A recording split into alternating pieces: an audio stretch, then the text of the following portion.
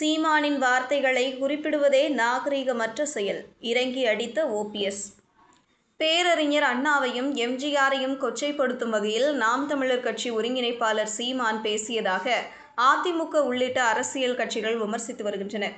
இந்த நிலையில் முன்னாள் முதலமைச்சர் ஓ. பன்னீர்செல்வம் வெளியிட்டுள்ள அறிக்கையில், தமிழின் உயர்வை தன் சொல் ஆற்றலால் உயர்த்தி காட்டியதோடு, தன்னுடைய வன்மையால் பேச்சாற்றலால் முற்போக்கு திட்டங்களை மக்கள் முன்வைத்து தமிழ்நாட்டில் ஆட்சி மாற்றத்தை ஏற்படுத்திய பெருமைக்குரியவர் பேரறிஞர் அண்ணா அவர்கள். உன் முகத்தை காட்டினால் 30 லட்சம் வாக்குகள் நிச்சயம் என்று பேரறிஞர் அண்ணா அவர்களால் போற்றப்பட்டவர் புரட்சித் தலைவர் எம்ஜிஆர்.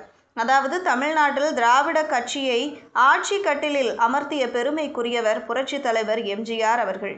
பேரறிஞர் அண்ணா அவர்களின் மறைவுக்கு பிறகு அனைத்திந்திய அண்ணா திராவிட முன்னேற்றக் கழகம் என்னும் மாபெரும் மக்கள் இயக்கத்தை தோற்றுவித்து தொடர்ந்து 3 முறை 10 ஆண்டு காலம் தமிழ்நாட்டின் முதலமைச்சராக வலம் வந்து பொற்கால ஆட்சியை தமிழ்நாட்டு மக்களுக்கு அளித்த பெருமைக்குரியவர் புரட்சித் தலைவர் எம்ஜிஆர் அவர்கள்.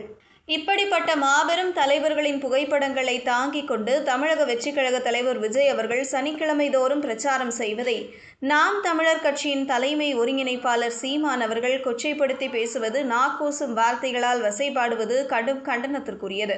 சீமான் அவர்கள் குறிப்பிட்ட அந்த வார்த்தைகளை இங்கு குறிப்பிடுவதே நாகரிகமற்ற செயல் என்று நான் கருதுகிறேன். இருவரும் தலைவர்களை இழித்து பேசியதற்கு திரு சீமான் அவர்கள் வருத்தம் தெரிவிக்க வேண்டுமென்று வலியுறுத்துவதாக ஓபிஎஸ் அந்த அறிக்கையில் கூறியுள்ளார்.